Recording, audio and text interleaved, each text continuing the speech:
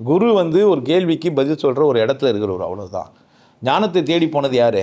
தனிநபர். ஞானத்தை அடைந்தது யார்? தனிநபர். ஞானம் அடைவதற்கு ஏதோ ஒன்று உதவும், உதவுறதுக்கு பேர் குரு. இப்போது உதவி எல்லாருக்கும் பண்ணும் குரு. யாரால் மட்டும்தான் ஞானம் அடைய முடியும்? யார் ஞானம் அடையணும்னு நினைக்கிறாரோ அவருக்கு மட்டும்தான் என்ன பண்ண முடியும்? ஹோட்டல் என்னமோ ஹோட்டல் தான், எல்லோரும் பசியும் ஆற்றும்.